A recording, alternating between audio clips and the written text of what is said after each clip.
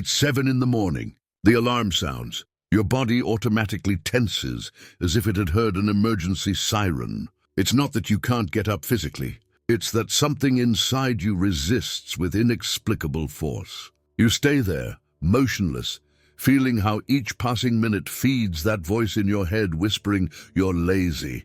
You're a failure. You have no discipline." But today I want you to hear a different truth, one that can completely change how you see yourself and how you navigate this world that seems designed to exhaust you. That resistance you feel isn't laziness. It's something much deeper and paradoxically much more noble than you imagine. Your body, your mind, your very soul are sending you an alarm signal you've misinterpreted for years. You're not being lazy. You're being intuitively wise. Your resistance isn't a character flaw. It's a natural defense system against something your deepest being recognizes as toxic, meaningless work. We live in a society that has built an altar around blind productivity, where being busy has become a cardinal virtue, and the question, "What do you do?" defines your worth as a human being. We've created a world where millions of people wake up every day to perform tasks that add no real value to the world, that don't connect with their natural capacities, that don't nourish their soul or contribute to something greater than themselves. And then we wonder why there's an epidemic of depression, anxiety, and that generalized sensation of existential emptiness that floats like invisible fog over our cities. Anthropologist David Graeber coined a term that resonated with millions of people when they first heard it: bullshit jobs. He didn't use that expression for shock or to be controversial. He used it because it captured something we all knew but didn't dare verbalize. He described those jobs that, if they disappeared tomorrow, the world would continue functioning exactly the same, or even better. Jobs that exist only to keep people busy, to feed bureaucratic structures that have become ends in themselves, to sustain an economic system that confuses movement with progress. When David Hume spoke about human nature, he observed something fundamental. Human beings are purpose-oriented creatures. We're not machines designed to perform repetitive tasks without meaning. We're conscious beings who need to feel that our existence contributes to something greater than ourselves. This need isn't a psychological luxury or generational whim. It's a fundamental characteristic of our species. For millennia, humans have found meaning in their work because they saw directly how their efforts translated into tangible results: food on the table, shelter for their family, beauty in the world, knowledge for future generations. But something changed dramatically in recent decades. The connection between effort and result became opaque, distant, often non-existent. Millions of people spend 8 hours a day moving numbers on spreadsheets that will serve to generate reports no one will read completely, that will inform already made decisions, that will feed systems that exist only to perpetuate themselves. Others dedicate their days to creating presentations about presentations, attending meetings to plan meetings, managing processes that manage other processes in a Kafkaesque labyrinth that would have made Kafka himself laugh at the absurdity of its prophetic precision. Your resistance to getting up isn't laziness, it's lucidity. Your body is detecting something your conscious mind still can't fully articulate. You're being part of a system that doesn't honor your essential humanity. Carl Jung spoke extensively about how the human soul rebels when forced to live in contradiction with its deepest nature. What he called neurosis was in many cases simply the desperate cry of a spirit refusing to be domesticated by structures that went against its essence. Imagine an eagle locked in a cage, being trained to peck buttons with no apparent purpose. The eagle wouldn't be lazy if it resisted this activity. It would be intelligent. Its resistance would be the manifestation of instinctive wisdom that recognizes that activity goes against its most fundamental nature. You are that eagle. And the cage, is those 8 daily hours dedicated to activities your deepest being recognizes as foreign to what you really are. This resistance manifests in ways our culture has systematically pathologized. Procrastination, for example, isn't just a failure in time management. It's often an unconscious way of preserving a space of autonomy in a world that has colonized almost every aspect of your existence. When you postpone that task you should be doing, your psyche is creating a small act of rebellion, a moment where you, not the system, decide how to use your time and energy. Resistance also manifests in that inexplicable fatigue you feel, even when you haven't done anything physically demanding. It's what psychologists have begun recognizing as existential fatigue, the exhaustion that comes not from physical effort, but from the emotional and spiritual effort of maintaining a life that isn't aligned with your deepest values. It's the energy you spend daily convincing yourself that what you do matters, that the sacrifice is worth it, that eventually everything will make sense. Viktor Frankl, Nazi concentration camp survivor and founder of logotherapy, observed something crucial about human nature. People can endure almost any suffering if they can find meaning in it. But the opposite situation is also true. Even the slightest discomfort becomes unbearable when it completely lacks meaning. Prisoners in camps who maintained some sense of purpose were more likely to survive than those who had completely lost hope. I'm not comparing your job to a concentration camp, but the psychological principle is the same. Meaning is oxygen for the human soul. Here's the first great revelation I want to share with you.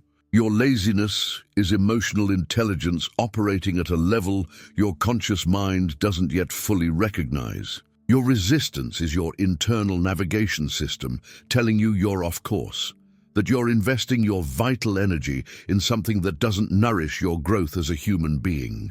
It's like an internal GPS constantly saying, recalculating route, because it knows the destination you're heading toward isn't where you really want to be. This emotional intelligence operates at levels that go far beyond your conscious understanding. Your body, which is the result of millions of years of evolution, is calibrated to detect when you're in an environment that doesn't support your integral well-being. When you spend most of your waking hours in a state of functional dissociation, performing tasks that don't activate your natural capacities, that don't connect you with other human beings authentically, that don't contribute to something you consider valuable, your nervous system enters a state of chronic, low-level stress. This stress isn't the acute, temporary stress that can even be beneficial. It's the toxic stress that comes from living in constant contradiction with your deepest nature. And your body responds to this stress the only way it knows how, trying to conserve energy, trying to preserve resources for what really matters, resisting participation in activities it detects as harmful to your long-term well-being. The second revelation is even deeper. What our society calls productivity is often the opposite of true creativity and human contribution. Henry David Thoreau wrote, "It is not enough to be busy, so are the ants." The question is, what are we busy about?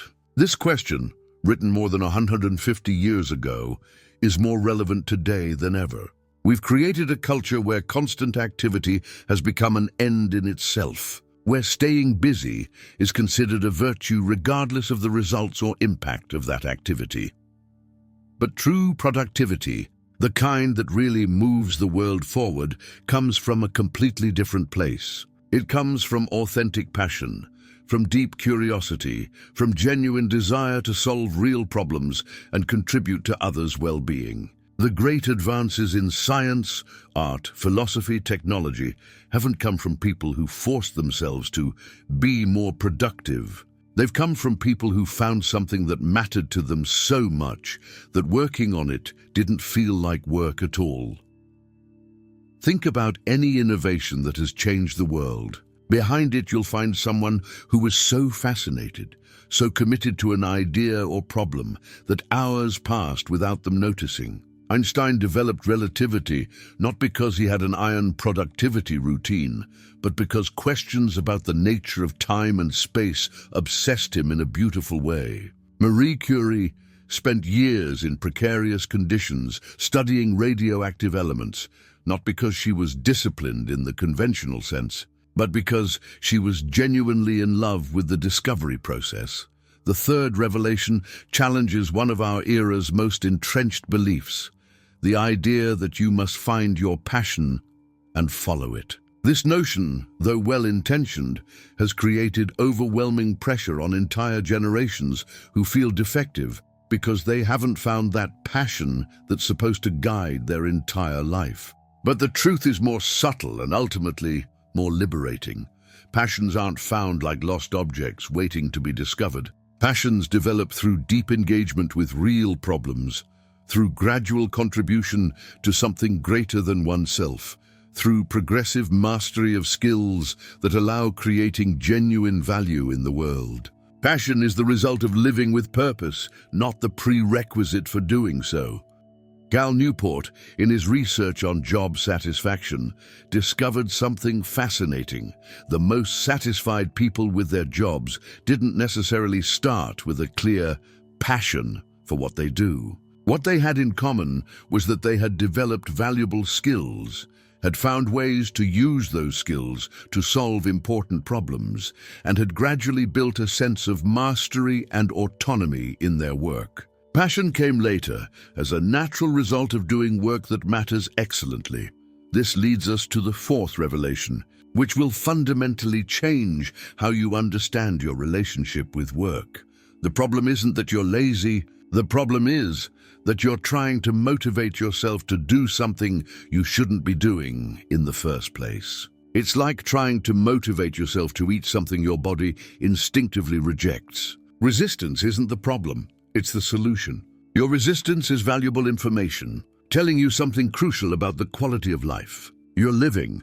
But here's the important nuance that distinguishes this perspective from a simple invitation to escapism. Rejecting meaningless work doesn't mean rejecting hard work. In fact, when you find work that's aligned with your deepest nature, you discover a capacity for sustained effort you didn't know you had. You discover you can work with an intensity and dedication that surprises you, because you're no longer spending energy resisting what you're doing.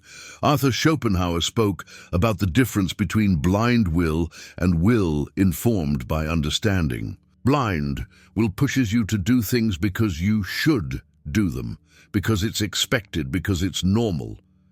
This will create suffering because it's constantly in conflict with your deepest nature.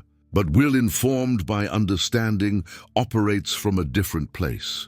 It acts because it has seen something worth pursuing, because it has found a problem genuinely worth solving. The difference between these two types of will is the difference between pushing a stone uphill every day, which feels like meaningless work, and being pulled forward by something you care deeply about, which feels like purpose in action. In the first case, each step requires conscious effort and resistance constantly increases. In the second case, momentum builds naturally and resistance diminishes over time. Here we arrive at the central transformative insight. You don't need to discipline yourself to do meaningless work more efficiently. You need to find work that has meaning and then trust your natural capacity for deep commitment. The discipline you so admire in others doesn't come from some superhuman willpower. It comes from having found something worth the complete dedication of their capacities. This doesn't mean all meaningful work is easy or always pleasant. It means that when work is aligned with your deepest nature, challenges feel like part of growth rather than obstacles to overcome. Difficult moments feel like investments in something valuable rather than sacrifices to an indifferent system. So how do you navigate from where you are to where you need to be? How do you make the transition from rejecting meaningless work to embracing work that nourishes your soul? The answer isn't in a 5-step plan or productivity strategy. The answer lies in a fundamental shift in perspective that reorganizes everything else. First, you need to recognize that your current resistance is valuable information, not a defect to overcome. Instead of fighting against it, start listening to it. What is it specifically telling you about your current situation? What aspects of your current work drain your energy and which, if any, nourish it? This isn't an invitation to complain or victimize yourself. It's an invitation to develop discernment about the quality of life you're living. Second, start distinguishing between the voices in your head.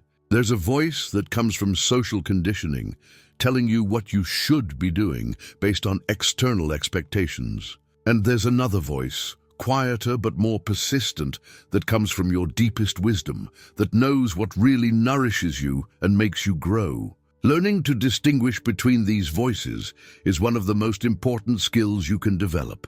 Third, start experimenting with small acts of alignment. You don't have to quit your job tomorrow or make dramatic changes immediately, but you can start looking for ways within your current situation to connect more deeply with work that matters. This could mean seeking projects within your current job that allow you to use more of your natural capacities. It could mean dedicating time outside work to developing skills or exploring interests that connect you with problems you really care about. Fourth, start cultivating patience with the transformation process. Profound life changes don't happen overnight, especially when they involve reorganizing your fundamental relationship with work and purpose. But each small step toward greater alignment creates momentum for the next step. Each decision that honors your deepest nature makes the next similar decision a little easier. Fifth, recognize that this process isn't just personal. It's also political in the deepest sense of the word. When you reject meaningless work, you're not just improving your own life. You're contributing to broader cultural change, toward economic structures that honor human dignity and potential. Each person who insists on meaningful work makes it a little easier for the next person to do the same. The transformation I'm describing isn't just about changing your job. It's about changing your fundamental relationship with life itself. It's about moving from a perspective where you're a victim of circumstances, beyond your control, to a perspective where you're an active agent in creating a life that reflects your deepest values.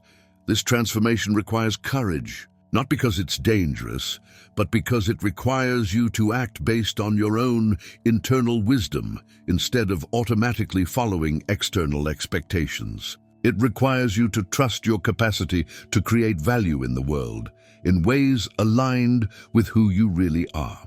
It requires you to see your resistance to meaningless work not as a weakness to overcome, but as a force to channel. When you start living from this place of alignment, you discover something extraordinary. Your natural capacity for hard work, dedication, and excellence hadn't disappeared. It had been sleeping, waiting to be applied to something that really mattered. You discover you can work with an intensity and joy you had forgotten was possible. You discover that work, when connected to purpose, isn't a burden to carry, but an expression of your deepest vitality. The world needs your unique contribution, not your compliance with structures that don't really serve anyone well. It needs your skills, your perspective, your passion, applied to the real problems we face as a society. But it can't access these gifts while you're spending your vital energy resisting work you never should have been doing in the first place. Your laziness is actually lucidity. Your resistance is wisdom. Your dissatisfaction is information. And your desire for something more meaningful is your soul's call toward the authentic contribution only you can make in this world. You don't need to discipline yourself to accept a life that doesn't serve you. You need courage to create a life that does. The change starts now, not with a grand gesture, but with a subtle shift in how you interpret your experience. The next time you feel that familiar resistance to getting up, to starting another day of meaningless work, remember, you're not lazy. You're an intelligent human being, receiving valuable information about the quality of life you're living. And that information is the first step towards something much better.